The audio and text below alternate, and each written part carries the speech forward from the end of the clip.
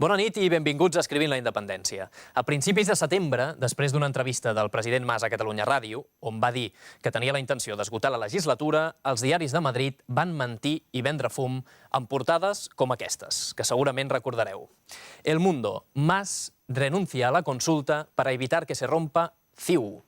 La razón, la rendición de Artur Mas cambiará la consulta de 2014 por unas elecciones plebiscitarias en 2016. Doncs bé, després de la intervenció d'Artur Mas dimecres a la tarda al debat de política general, aquests eren els titulars. El Mundo, Mas lleva a Catalunya a un callejón sin salida. Y La Razón, Mas hará elecciones plebiscitarias si no puede convocar la consulta en 2014. Doncs això, volem votar i cal posar fil a l'agulla, data i pregunta clara i explícita i amb dues respostes, com abans millor. Perquè ara resulta que de la via catalana hem passat a la tercera via. El president Mas ja ha dit que no creu en terceres vies, que ja les hem provat totes, jo tampoc hi crec personalment. Per tant, de moment, agafem la via que ens porta directament al sumari per conèixer els continguts del programa d'avui. Avui a l'Escrivint la Independència repassem l'actualitat del procés independentista i analitzem l'anomenada tercera via. Jordi Bages Querol, membre del Comitè Executiu del Cercle Català de Negocis, ens explica la dada d'avui. Espanya està immersa en una crisi estructural, no conjuntural. Visitem Verges, el municipi natal de Lluís Llach, al Baix Empordà, per parlar amb la seva alcaldessa Marta Pallaró sobre el procés independentista. Mercè Barceló, catedràtica de Dret Constitucional de la Universitat Autònoma de Barcelona i portaveu del col·lectiu Praga, visita el nostre plató. I li fem el test del programa a Jordi Turull, president del grup de Convergència i Unió al Parlament de Catalunya.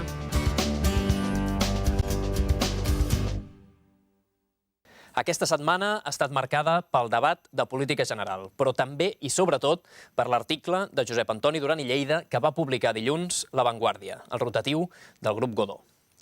Es titulava Ahora consulta, después... Ja veurem després. Doncs l'article explica el seu posicionament. Diu que s'ha de celebrar la consulta, però defensa una tercera via entre la independència i el centralisme. Anem a recopilar alguns fragments d'aquest article. Diu, esta máxima pluralidad exige que se puedan defender otras opciones que, sin ser antiindependentistas, no necesariamente participen de la viabilidad u oportunidad de la independencia. Per tant, aquí ja comença a parlar d'una tercera vía. Y aleshores diu, en este momento en Cataluña no tendríamos que dividir energías discutiendo sobre las opciones diferentes que se tendrán que votar. Lo que hace falta es que el máximo de fuerzas posibles apoye la celebración de la consulta. Per tant, el que està fent ell precisament és contradictori amb el que diu, perquè en aquest article el que està dient és parlant precisament i posant sobre la taula el debat de les diferents preguntes que es podrien fer. Repassem algun altre fragment. Unió ayudará a que, llegado el momento, un sector amplio de la sociedad que no quiere rendirse ni desaparecer como nación tenga otras opciones que no sean la secesión o la asimilación y submisión. Per tant, continua una mica amb aquesta línia d'explicar el tema de les preguntes possibles. I encara més coses. Sería bueno que desde España no se nos obligara a tener que escoger entre la independencia o una situación actual recentralizadora, uniformista y asfixiante. Y encara més. Y si desde fuera de Cataluña se actúa de manera inteligente y con visión de futuro, es obvio que las opciones de nuestro país no pueden ser solo de blanco o negro. Y acaba dient, admito las dificultades intrínsecas del diálogo cuando uno no quiere dialogar, pero me tendrán que admitir que las dificultades son tanto o más relevantes en una independencia no pactada. Per tant, Déu-n'hi-do, Duran i Lleida, per dir que no toca ara el debat sobre les preguntes que s'han de fer, doncs és tot el que fa en aquest article. I també cal dir-li que les dificultats, òbviament, no són menors, i d'això en som conscients, però en el cas de la independència depèn sobretot, i en gran part, dels catalans. En canvi, el diàleg depèn, i aquesta tercera via depèn, en tot cas, també de l'estat espanyol. Les primeres reaccions a aquest article van ser del president d'Esquerra Republicana, Oriol Junqueras, i de Jordi Turull, des de Convergència Democràtica. Com que el senyor Duran i Lleida és una persona molt preparada i amb molta experiència, moltíssima experiència, doncs segur que ell anirà a negociar amb el govern espanyol per la via que cregui oportuna i segur que té molts mecanismes per negociar i, per tant, suposo que ben aviat ens portaran una superoferta. Defensem en tots els seus extrems el programa electoral de Convergència i Unió, que crec que és prou clar i prou explícit. També els haig de dir que en un moment de tanta complexitat, en un moment, com deia, tan transcendent, totes les reflexions són benvingudes. Les reflexions són benvingudes, però embolicar la troca i desviar-se, ni que sigui una mica, del programa electoral, això no és tan benvingut. El col·laborat Duran continuava 2 dies més tard a La Vanguardia amb una crònica del periodista Jordi Barbeta, titulada La tercera vía de Durán, pacto fiscal, soberanía cultural y nueva constitución. El líder de Unió traslada a Rajoy y a los círculos de poder de la capital que la solución pasa por una consulta que incluya una pregunta sobre un nuevo estatus para Catalunya. Per tant, per no voler el debat sobre el tipus de pregunta, fantàstic. L'estatus polític de Catalunya que Duran voldria sotmetre a consulta no és la independència, sinó que planteja 4 objectius. S'hauria de votar, en tot cas, que s'aconseguís totes aquestes coses per Catalunya. Pacte fiscal específic per Catalunya i que inclogui gestió d'infraestructures, competència exclusiva en llengua, cultura i model educatiu, presència institucional de Catalunya en organismes internacionals i suport per a que el Parlament impulsi les reformes necessàries per portar a terme el canvi d'estatus i una reforma constitucional que inclogui el dret a decidir. Per tant, una cosa que si finalment l'acabessin votant, segur que ens la donarien, no?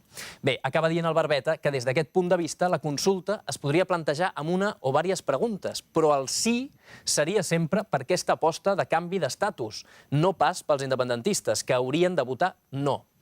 O sigui que, segons aquest article, el Duran té la intenció de fer una consulta perquè els catalans tornem a votar una cosa similar a l'Estatut del 30 de setembre del 2005, que, recordem, es va aprovar al Parlament amb un 90% de suport, 120 diputats de 135, i que la maquinària de l'estat espanyol va destruir. Per tant, aquesta tercera via és una via morta. És un cul de sac, ja hem perdut 8 anys des que vam aprovar l'Estatut del 30 de setembre al Parlament i no hem fet masses avenços. Duran ha de fer un pas endavant i posicionar-se clarament a favor o en contra de la pregunta que sigui clara a favor o en contra de la independència. Fins que no ho faci, doncs s'entenen coses com, per exemple, la secretària general del Partit Popular, María Dolores de Cospedal, que va incloure Unió com a possible soci per a un front del no a Catalunya. Nosotros el pacto que vamos a ofrecer a los partidos no independentistas y no separatistas de Cataluña tiene que ver con defender una Cataluña española y una España con Cataluña. Tenemos interés en seguir estando muy presentes en la política catalana y, si me apura usted en estos momentos, todavía más, porque creemos que es necesario defender algo contra ciertas ideas que se están planteando, a veces disparatadas, a los catalanes. El que queda clar és que si comencen a plantejar-se un front del no, és que assumeixen que més d'hora que tard hi haurà una consulta als catalans sobre la independència. Així ho explicava el president Mas en el seu discurs d'obertura del debat de política general dimecres a la tarda. Volem celebrar la consulta de manera acordada amb l'Estat, o com a mínim en un marc de tolerància i, per tant, en absència de conflicte jurídic. Quart, si malgrat la nostra inequívoca voluntat de diàleg i d'acord, cap negociació amb l'Estat és possible, estic disposat a utilitzar com a president tots els instruments democràtics i legals al meu abast a fi de facilitar que el poble de Catalunya pugui decidir lliurement el seu futur com a país, inclosa la convocatòria d'eleccions. Després d'un recorregut de 3 segles, les urnes són la solució, no són el problema, com alguns ens volen fer veure. Una societat democràtica i civilitzada no ho pot entendre d'altra manera, ni ho pot fer d'una altra manera, que no sigui votant. I dijous al matí era el torn de la resta de forces polítiques. Escoltem algunes de les coses que es van dir. Jo en particular i Esquerra Republicana en general, nosaltres ens estimem la llengua espanyola, la cultura espanyola, ens estimem Espanya i no confiem en l'estat espanyol. Són els ciutadans qui ho avalen amb la cadena humana de l'11 de setembre d'aquest any. I si algú creu que té una alternativa, és molt fàcil. que demostri la mateixa capacitat de convocatòria. Nosaltres no volem trencar i veiem molts més inconvenients i nous problemes que avantatges. El que nosaltres volem és estar junts, però millor. Ara li diuen la tercera via, a la que alguns es sumen ara amb entusiasme, però en la que els socialistes estem des de fa molt de temps. Li recomano que ens vegi més com a aliats per buscar solucions, que no com a adversaris o obstacles a vèncer en l'aventura independentista. Senyor Mas, no creu que ja és hora que les polítiques socials siguin de veritat objecte d'atenció del seu govern? Jo crec que sí. Demà tindrà una oportunitat de demostrar les seves prioritats en la votació de les propostes de resolució del grup socialista. L'esperem. Ni la tercera via ni la via independentista. L'única via catalana possible per solucionar el conflicte en el que alguns ens han posat és la via del diàleg. Vostè no presenta pressupostos, senyor president, perquè vostè és un president dèbil i inestable. És un president en mans del senyor Junqueras, en mans de la senyora Forcadell i en mans de les associacions que impulsen el procés independentista, que és qui li marca l'agenda independentista a vostè. En estos momentos comparto con usted en que España tiene un problema.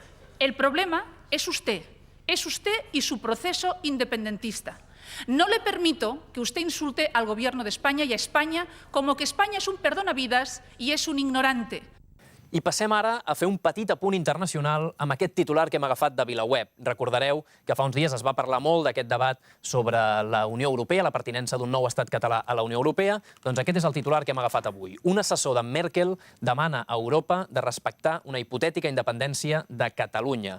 Roland Bobel, assessor de la cancellera alemanya Angela Merkel i professor de la Universitat de Mannheim, ha tornat a defensar una hipotètica independència de Catalunya i ha recomanat a Europa que la respecti. Ho va fer en declaracions a RAC1, on va insistir que no hi havia cap base per fer fora Catalunya de la Unió Europea. I, a més, ha defensat que la Constitució espanyola no pot prohibir una consulta sobre la secessió. I ara passem ja a la dada d'avui. Alicia Sánchez Camacho deia ahir, durant el debat de política general, que sort que Catalunya forma part d'Espanya, perquè, si no, Catalunya estaria fatal i hauríem acabat com Xipre. Hem de donar les gràcies, doncs, a pertànyer a una gran nació com Espanya. Doncs no. Espanya s'apropa perillosament a una nova fallida. És l'estat desenvolupat que ha acumulat més fallides al llarg de tota la història.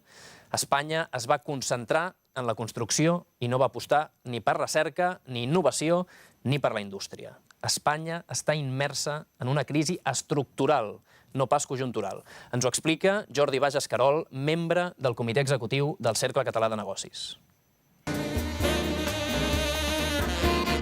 No descobrim res si diem que l'estat espanyol està immers en una crisi que és global i a nivell mundial. Ens diuen que ja hi ha brotes verdes i que ja estem sortint de la crisi perquè és conjuntural, i això no és cert.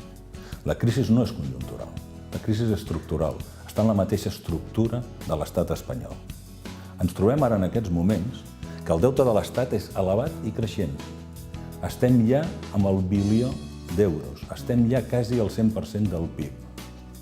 Això comporta un altíssim cost amb interessos a pagar, sumat al baix creixement econòmic de l'Estat, ens ha portat a una elevadíssima taxa d'atur. Avui en dia estem ja al 27% d'atur.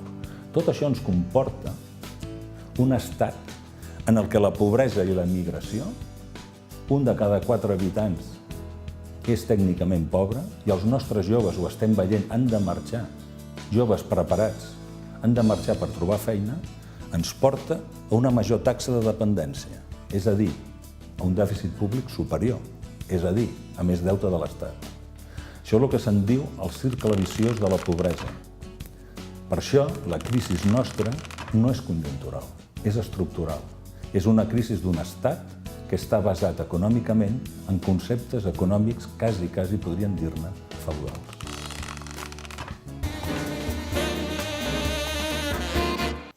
Aquesta era la dada del programa d'avui i nosaltres ara passem a recordar-vos les vies que teniu per contactar amb el programa. A través de Twitter tenim un perfil, @escrivint, també un hashtag o etiqueta del programa, coixinet escrivint la independència, un correu electrònic, escrivintlaindependència@canalcatalà.cat i també ens podeu trobar a Facebook. Doncs a través de totes aquestes vies ens podeu fer qualsevol comentari sobre el programa i sobre el procés independentista. I com sabeu, doncs nosaltres, en aquest cas jo, sempre escollo un dels comentaris que s'emporta una samarreta. En aquest cas, doncs, hem escollit un tuit de la senyora de Bader, que deia: hem de fer la consulta abans de l'11 de setembre del 2014 i si no ens deixen o ens impugnen, tots marxa a Brussel·les.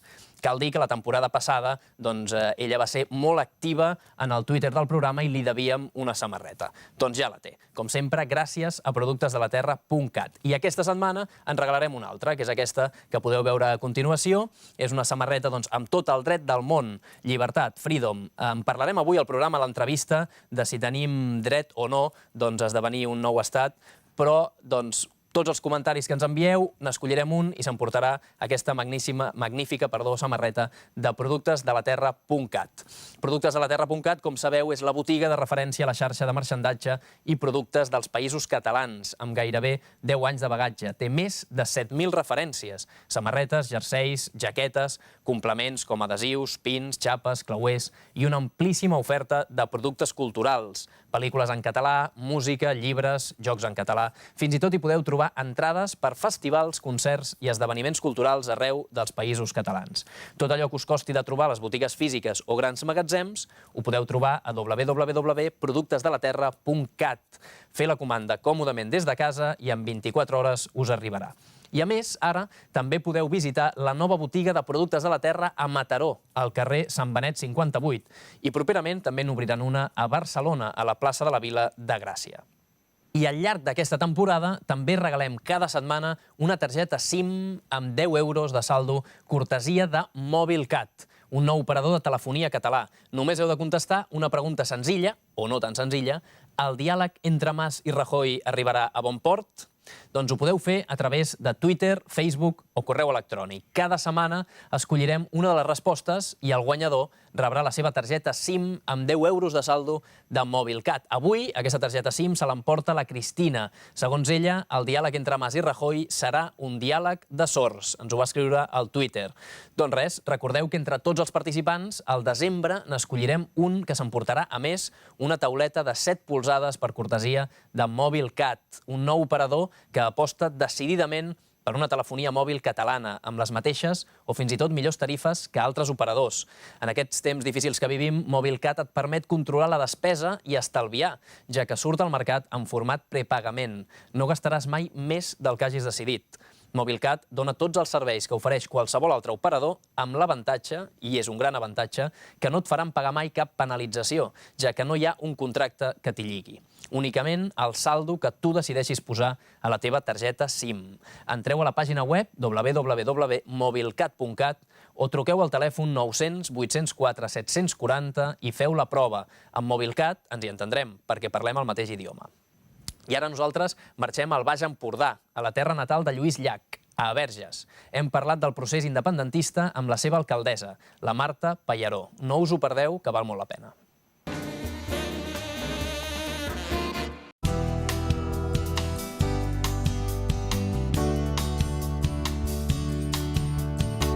Verges, el 2010, va fer la primera estelada d'espelmes del país. Després va venir Vic, que van venir a espiar-nos-ho, volgudament, ja ho sabíem, per fer l'estelada, diguem-ne, grossa que es va fer a Vic, però la primera va ser Verges.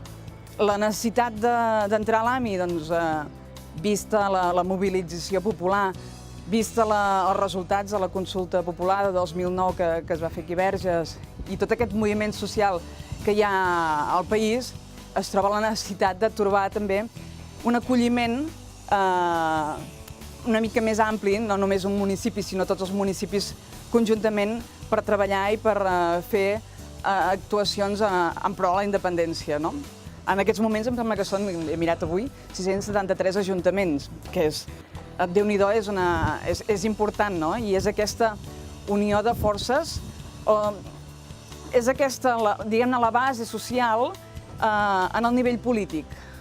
és el poble amb la seva representació més directa i en la vessant política. I és la representació de la gent en aquest estament. I és una manera de pressionar també políticament, perquè som polítics, en els nostres polítics superiors. És una manera de pressionar també al Parlament i a impulsar iniciatives i també a donar suport, diguem-ne, a la part de la gent, a la societat civil i a les entitats que organitzen actuacions i activitats en relació a la independència, donar-los el suport de tot tipus que puguin necessitar. L'Ajuntament de Verges, des que es va crear l'AMI, tot el que són mocions que ens proposa l'AMI i actuacions que ens proposa l'AMI, nosaltres ens hi apuntem. Perquè creiem que, si tu t'apuntes a una entitat, perquè creus fermament en els objectius d'aquesta entitat, hi has de ser. Per tant, des del primer moment, les mocions que ens han presentat s'han anat aprovant i sempre per unanimitat del ple. En el cas de la sobirania fiscal, diria que es va aprovar el mes de maig, es va aprovar la moció per la sobirania fiscal, en el qual es deia que l'Ajuntament de Verges estava a favor de la sobirania i que exerciria la sobirania fiscal. Sí que realment després hi ha molts municipis que no acaben fent el segon pas, però l'Ajuntament de Verges va dir que si aprovàvem aquesta moció en la qual es deia que exerciríem la sobirania, s'havia de fer. En el cas meu, vam anar al tram 623, que és a 17 quilòmetres, perquè la Nacional sembla que per sort no passa per aquí, tenim la C31, però la Nacional 2 no passa per aquí, vam anar a Medinyà. Ja, com tothom o molta gent, ja es van fer, després de l'acte que vam fer institucional a l'Ajuntament, que va ser reduït i ràpid i vinga fora, vam anar a dinar allà, i amb tota la colla, cadascú amb cotxes particulars, i hi havia una esplanada amb tot de taules, cadires i gent groga. Brutal, la sensació és emocionant. Jo crec que tots els actes que ha fet l'Assemblea... Primer va ser l'Òmnium Cultural, el 2010, i després l'Assemblea Nacional, són actes que tenen una brutalitat i un impacte en la història d'aquest país. I tenen molta conseqüència, no? Ja es va veure l'any passat la manifestació de l'11 de setembre, que semblava que era la supermega manifestació i que això no es podia superar, i la transcendència que va tenir l'endemà, i després a les eleccions del 25 de novembre. I jo crec que la via catalana tindrà un impacte, ja l'està tinguent a nivell internacional, el ressò que ha tingut en els mitjans de comunicació, però no només això, sinó a nivell polític. O sigui, hi ha gent que s'ha pronunciat. Jo crec que Lluís Llach ha fet una feina molt, molt bona en el tema del procés cap a la constitució d'un estat propi, cap a la independència. Bàsicament, jo crec que Lluís Llach és una estructura d'estat ja ell tot sol, que si me sent m'arrenyarà després. Però sí que és important que gent com aquesta, gent que de fet Lluís Llach s'ha implicat tota la vida reivindicant les llibertats dels pobles, no? I és important que en aquest procés en què crec que hi som i crec que ho aconseguirem, gent de la seva magnitud, com d'altres, s'afegeixin a les actuacions. Per exemple, per la manifestació de l'11 de setembre es va rodar l'espot de l'Assemblea, el van rodar aquí a Verges. I aquí van passar gent com la Montserrat Carulla, Joel Joan, la Txell Arana, aquí hi havia en Joan Rigol, en Josep Maria Terracabres, doncs gent que donen molt de sentit, no? I són gent que han tingut un pes i han marcat una política i una manera de pensar molt important. I és bo que si ho han fet durant tota la vida, ara hi siguin. Perquè són gent, en el cas de Lluís Llach, són gent que tenen molts seguidors, tenen fans per tot, i són gent que marquen una manera de fer. I Verges, evidentment, al darrere.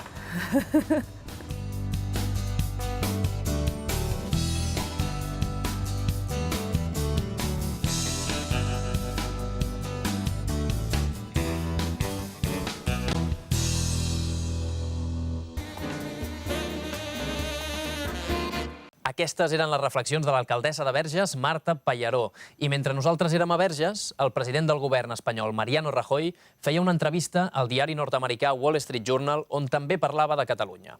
Per Rajoy, la idea de Mas de separar Catalunya d'Espanya, aquesta dèria en pensar que es tracta d'una idea del president Mas, únicament, doncs diu que va contra l'evolució natural del món.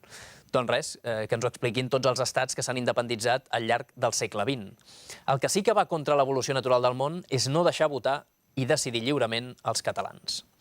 I encara que serà difícil que el món ens doni un cop de mà, cada cop el cas català és més conegut a fora i va ajudar molt la Via Catalana de la Diada, però també les vies que milers de catalans van fer a 116 ciutats de tot el món dies abans. Una iniciativa del Consell de les Assemblees Exteriors de l'ANC que trobareu recollida en un magnífic vídeo al YouTube. Nosaltres hem agafat només un petit fragment.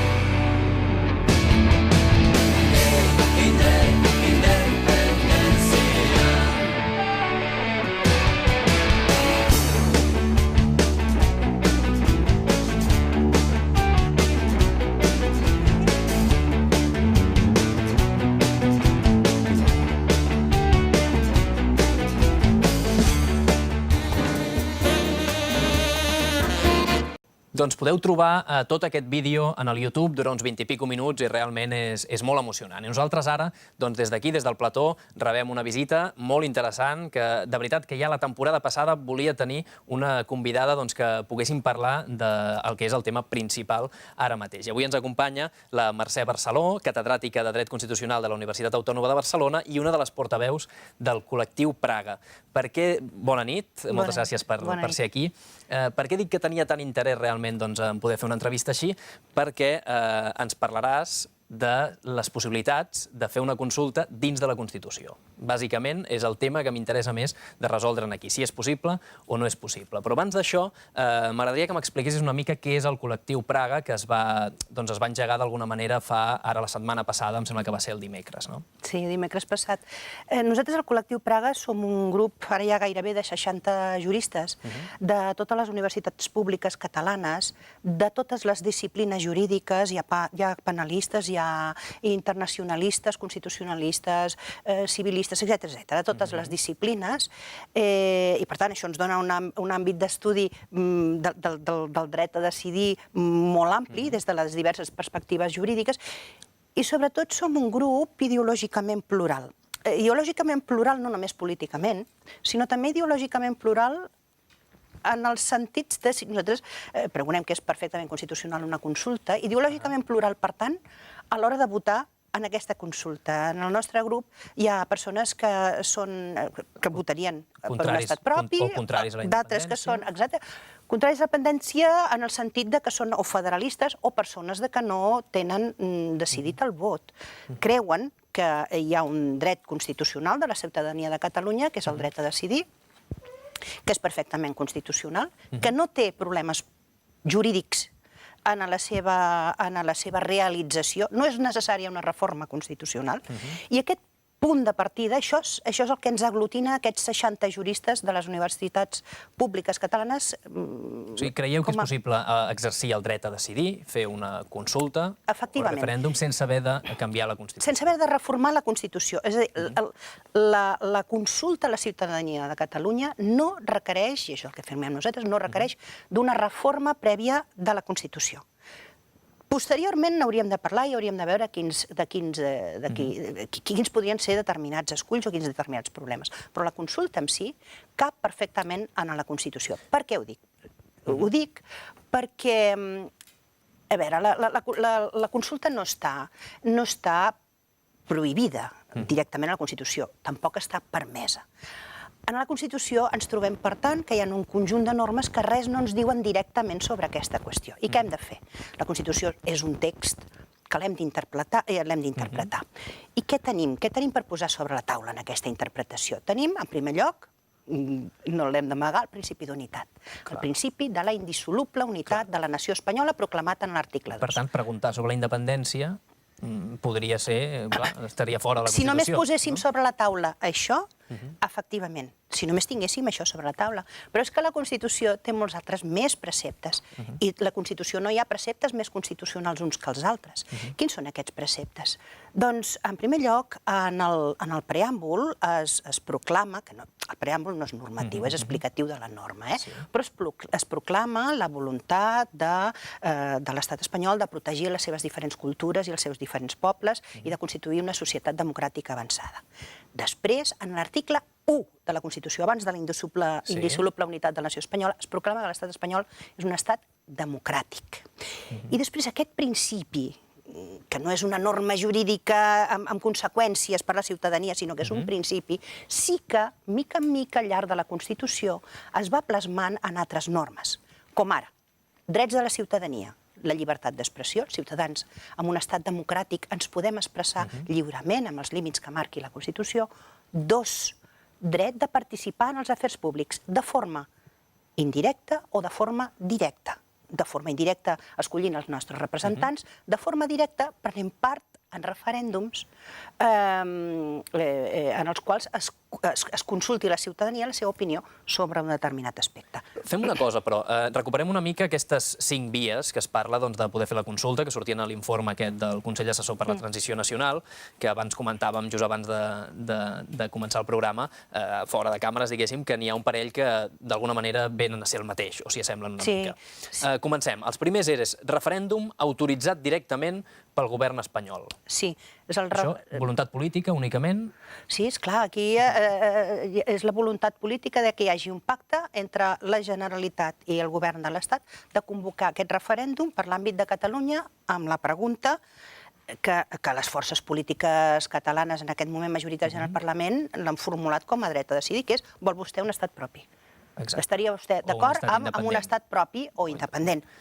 Aquí ja entrem en matisos, Ja ho sé. Ja entrem en matisos. Ara tenim també la tercera via del Duran i Lleida, que proposa, o sembla que podria proposar, segons un article també del Jordi Barbet a La Vanguardia, que la pregunta fos diferent, fos un nou estatus per Catalunya, una cosa que es comença ja a complicar tot això. Però anem a que fos una pregunta clara, directa, i fos, si vols, doncs mira, ho deixem així, un estat propi en lloc d'independent, perquè si no ja ens acabarem de complicar. Sí, sigui quina sigui, aquí necessitem l'autorització de l'Estat. Aquesta autorització de l'Estat, però, hi ha un article a la Constitució, que és l'article 150.2, que permet que competències de l'Estat puguin ser transferides o delegades a les comunitats autònomes. Una subvia d'aquesta via del referèndum consultiu, perquè en tot cas sí que hem de deixar clar, sempre estem parlant de referèndums consultius, no de referèndums decisius. Si la ciutadania de Catalunya votés i votés favorablement per una ampla majoria respecte d'això, el dia següent no seríem independents. No són vinculants, exacte. Això necessita després una negociació. I és aquí quan hi hauria la reforma de la Constitució, no abans, és el que volia dir. Per tant, en aquesta subvia seria la possibilitat de que l'Estat transferís mitjançant una llei orgànica que s'aprova a les Corts Generals la competència per convocar el referèndum la pròpia Generalitat. Però vaja, miri, si arribem al pacte, clar, és que si arribem al primer pacte no fa falta arribar al segon. Vull dir, si l'Estat està d'acord en convocar un referèndum, ja el pot convocar directament, en tot cas. El que passa que el Rajoy diu o dirà, perquè al final ja amb aquestes cartes que contesta, que tampoc acaba de dir massa bé el què, sempre parla de la Constitució, per tant, anàvem una mica, com hem començat l'entrevista, que el que ve a dir és que no puc permetre o no els hi puc cedir aquesta competència perquè facin un referèndum on preguntin si Catalunya ha de ser un estat independent o un estat propi. Per tant, ell esgrimeix això i fora. Tenim una segona, que seria molt similar també en aquesta, cessió temporal per part d'Espanya de la competència. Aquesta que dèiem del 150. Cessió temporal o no tan temporal, és una transferència o delegació per convocar-lo. Aquesta tornaríem a estar al mateix. Aquestes ja passem ara a les altres. Això estem parlant de referèndum, perquè jo a vegades també, si consultes i referèndum, aquí estem parlant de referèndum, com dius tu, consultiu, perquè no és vinculant, però és un referèndum. Referèndum perquè cridem al cos electoral, perquè ho fem a través de l'administració electoral i tenim totes les garanties de l'article 23.2 de la Constitució, que és el que preveu és on se situen aquestes formes referendàries de l'article 92 directament en un dret fonamental. Té unes altres garanties. Al costat d'això hi hauríem, però encara ens quedaria una via aquí dins, en aquestes conductes, aquests referèndums, aquestes consultes referendàries, encara tindríem una via que ja existeix, i una via que és una llei que ha regulat el Parlament de Catalunya, que és la llei 4/2010, que es va impugnar davant del Tribunal Constitucional, que es va suspendre, però que s'ha aixecat la suspensió. Està pendent de sentència. Aquí hem passat ja a una altra via, per poder fer una consulta. Sí, però és consulta referendària. Igualment hi seguim necessitant l'autorització de l'Estat. Per tant, seria com un referèndum, també? Sí. No una consulta, sinó un referèndum. Un referèndum, Jo dic a nivell col·loquial que es parla de fer un referèndum, fer una consulta, al final la gent un dia diu referèndum i un dia diu consulta. A mi m'ha passat alguna vegada i s'ha de vigilar. Bueno, això ho hem de... Bé, doncs llavors, seguim endavant. Reforma constitucional que atorgui a les comunitats autonòmiques la competència de fer referèndums. Aquesta ens l'hem saltat una mica, però aquesta obliga a fer una reforma constitucional. Cada vegada ho compliquem més. Ja tenim vies sobre la taula que no fa falta anar-nos a ningun tipus de reforma constitucional. Tenim la llei de consultes... Bueno, és que aquesta és inviable, una reforma constitucional. Bueno, si són inviables, les altres són inviables. Aquestes és que no és un problema jurídic. És que el problema no és jurídic. Al final arribem aquí. Però si el dret el tenim sobre la taula. El dret, la llei està impugnada davant del Tribunal Constitucional, però és perfectament aplicable. L'article 92 està regulat de la Constitució, que és on es preveuen els referèndums, ja té una regulació, que és la llei del 1980 de referèndums, de modalitats de referèndum. Ja tenim també el dret sobre la taula. Si no és que haguem d'inventar-nos res, ho tenim.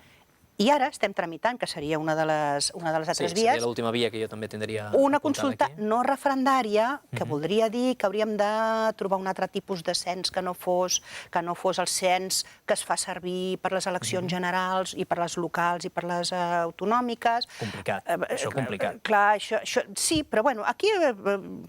Aquí no depèn del Rajoy ni de res? Amb aquest tema? Sí. Fem la consulta nosaltres i ja s'ho faran? Nosaltres podem regular aquesta llei, però aquesta llei pot ser, com tot, com tota llei, impugnada davant del Tribunal Constitucional. Quan s'impugna, i la impugna el president de govern, la suspensió, si es demana, és automàtica. Se suspèn automàticament. Ja ens va per llarg, això, no? Es pot aixecar al cap de 3 mesos, 5 mesos per part del Tribunal Constitucional, es pot aixecar. Però, clar, celebrar... Un Tribunal Constitucional amb un president que hi ha una mica de polèmica perquè va ser militant del Partit Popular entre el 2008 i el 2011 i, a més, el 2005 va fer unes declaracions dient d'alguna manera, venint a dir que a Catalunya hi havia una mica d'hispanofòbia, ben bé, no sé ben bé el que va dir, però anava una mica en una línia una mica complicada. I al qual no se li ha aplicat la doctrina que es va desenvolupar pel membre del Tribunal Constitucional, que sí va ser recusat quan s'havia de fer la sentència de l'Estatut.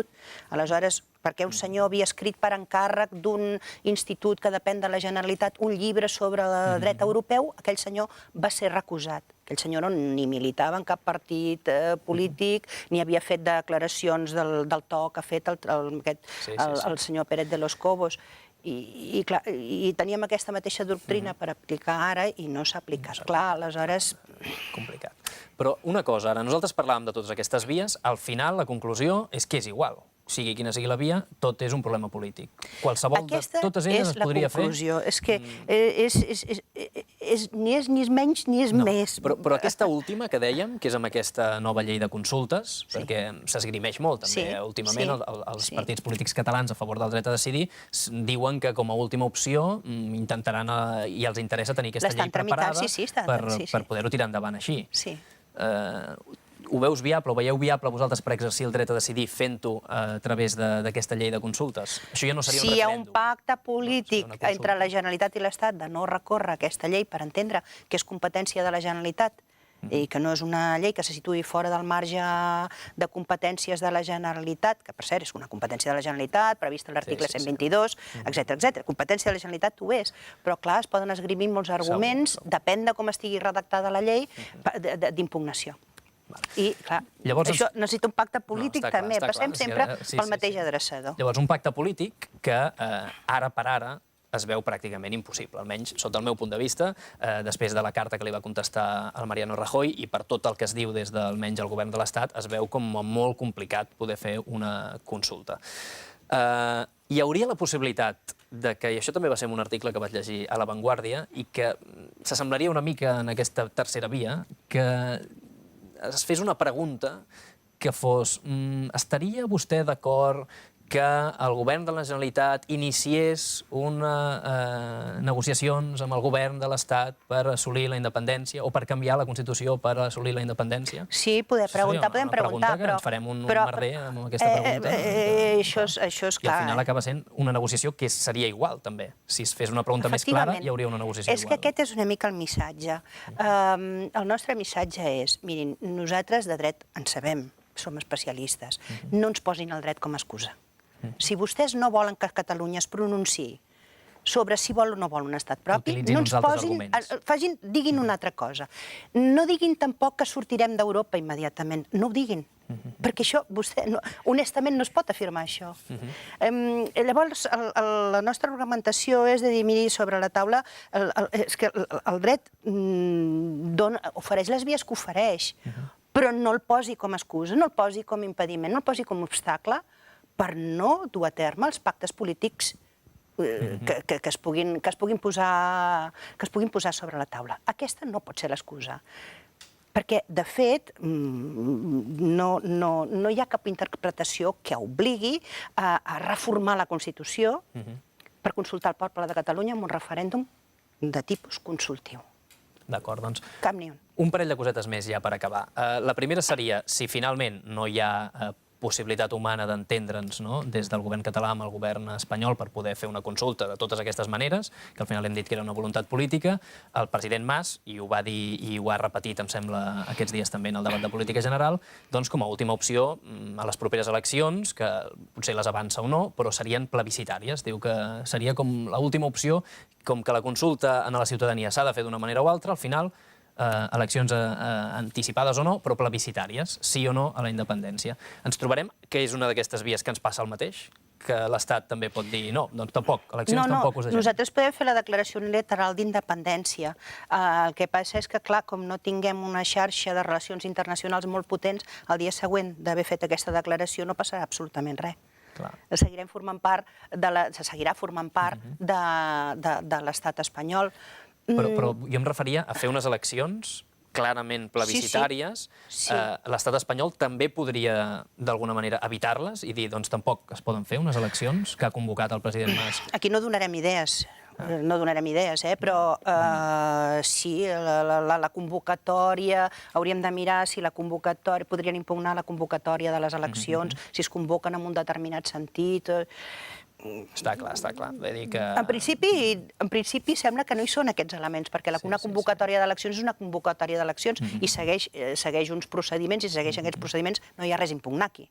No, però té uns esculls o té unes complicacions, com em deies ara, a nivell internacional. O és igual, o no serien les eleccions les que es podrien impugnar, seria millor aquesta declaració unilateral d'independència, que l'Estat té instruments poderosos, jurídics, doncs perquè no tingués cap efecte jurídic. El que no hauria de passar és que des del govern espanyol no hi hagi aquesta voluntat política d'arribar a un acord perquè es pugui fer una consulta. Això és el que no hauria de passar. Clar, jo una miqueta... A veure, el missatge també, simplement, nosaltres el que venim a dir no es llegeixi tot això que estem dient en termes negatius, no es llegeixi, simplement estem dient els elements de dret hi són.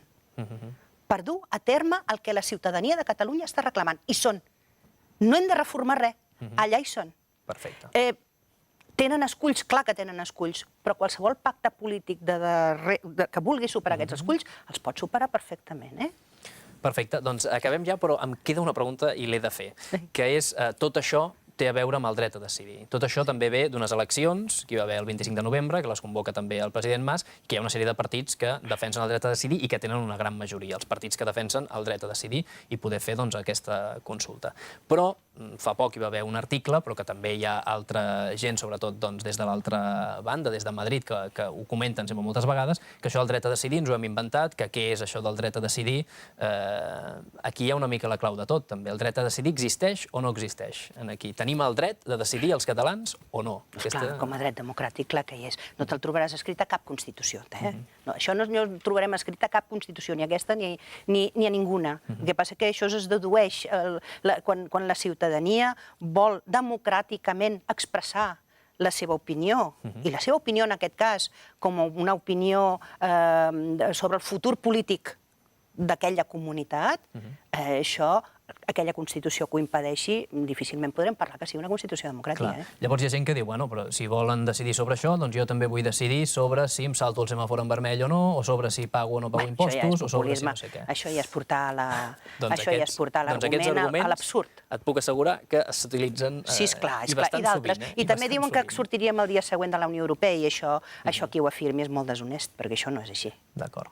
Doncs, Mercè, moltíssimes gràcies per venir aquí. Espero que haguem arribat una mica en els espectadors a que entenguin una mica millor tot aquest conflicte que hi ha per poder fer aquesta consulta, que depèn sobretot d'una voluntat política i que veurem com acaba tot plegat. Tant de bo. Moltes gràcies per venir al programa. Gràcies. I nosaltres continuem ara amb un vídeo que he recuperat de la televisió. Us vaig dir que no buscaria programes d'aquests canals que jo els dic a vegades filofranquistes de l'extrema dreta, però no ho he pogut evitar. Al final us passo un general retirat, però a part de dir-li que el president Mas està boig, que això és una cosa que com que la diuen tant i les diuen tan grosses ens passa desapercebut i ho trobem com una cosa normal, de dir-li a un president, en aquest cas d'una comunitat autònoma que és Catalunya, que està boig. Imagina't que això es digués des d'aquí a Catalunya d'algun altre president. Doncs diu això, però el més fort no és això, sinó quin és el seu diari de capçalera. La Razón, El Mundo? Doncs no. ¿Qué es eso del derecho a decidir? ¿Qué es eso de federal? ¿Qué es todas esas historias? Esa especie de larguigüevis con los que están tratando de evadir el problema fundamental. El problema fundamental yo creo que afortunadamente está empezando a desflecarse. Mi periódico de cabecera, que confieso que es La Vanguardia de Barcelona, hoy dedica páginas enteras, la primera a decir que Bruselas ya se ha aclarado del todo y que ha abandonado la ambigüedad y que ya ha dicho que a una Cataluña segregada ni hay Unión Europea ni hay euro, y que lo ha dicho con toda claridad y con insistencia. También las Naciones Unidas les han dicho algo más duro todavía, que en contra de España tienen un futuro tan extraño y tan oscuro como el de Kosovo o el de Palestina. Verdaderamente, si eso es lo que quiere Cataluña, yo creo que ya va siendo hora de que el loco señor Mas y sus seguidores y los locos de Esquerra Republicana de Cataluña empiecen a decirle al pueblo catalán: hemos ido demasiado lejos. Ellos son los que deben empezar a decirlo. Hemos ido demasiado lejos y no podemos ir. Doncs sí, finalment, el diari de capçalera d'aquest general retirat, que li diu boig, per exemple, en el president Mas, és La Vanguardia. Doncs ara ja encarem la recta final del programa amb el test. Avui el passa el portaveu i president del grup de Convergència i Unió al Parlament, Jordi Turull. Ha de prevaldre la voluntat majoritària dels catalans de sempre. Les democràcies sempre s'acaben imposant i per això al llarg dels temps i dels segles s'han canviat les constitucions, s'han canviat els formats de l'Estat, etc. El que sempre preval és la voluntat majoritària dels ciutadans. L'èxit de la via catalana el que fa és reforçar i donar molta més solidesa en el procés. I una de les conseqüències que ha tingut és que s'ha internacionalitzat el procés i per això hi ha tantes reaccions a partir d'aquí. Per tant, una cosa tan excel·lent, tan ben feta, tan il·lusionada, tan pacífica, amb tants centenars de milers de persones, doncs el que ha fet és donar una solidesa absoluta en el procés. Un aliat i un compromís absolut en què els catalans i les catalanes puguin decidir lliurement el seu futur, i per tant és un aliat total en aquesta causa.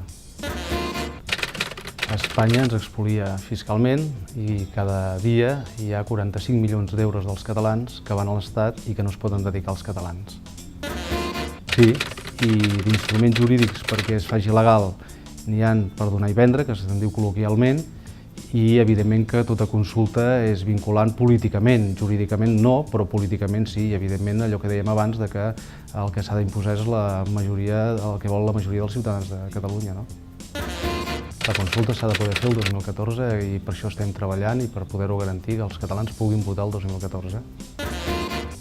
Aquest és un acord que hem d'arribar amb totes les forces polítiques i nosaltres a Convergència i Unió ens toca renunciar a cert protagonisme en aquest sentit per intentar posar d'acord el màxim de gent i per això fins ara no l'hem dit però ha de ser clara que tothom l'entengui.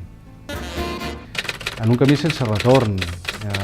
La societat ha parlat de manera molt clara i nosaltres hem de fer possible culminar aquest procés que la societat està dempeus reivindicant a nivell de Catalunya. Per tant, hi ha una decisió presa, no hi ha marxa enrere i ara el que ens pertoca a nosaltres és ser dignes d'aquest clam i sobretot fer-ho ben fet. No es tracta només de fer-ho, sinó de fer-ho ben fet i aquesta ha de ser la nostra obsessió, fer-ho i fer-ho ben fet.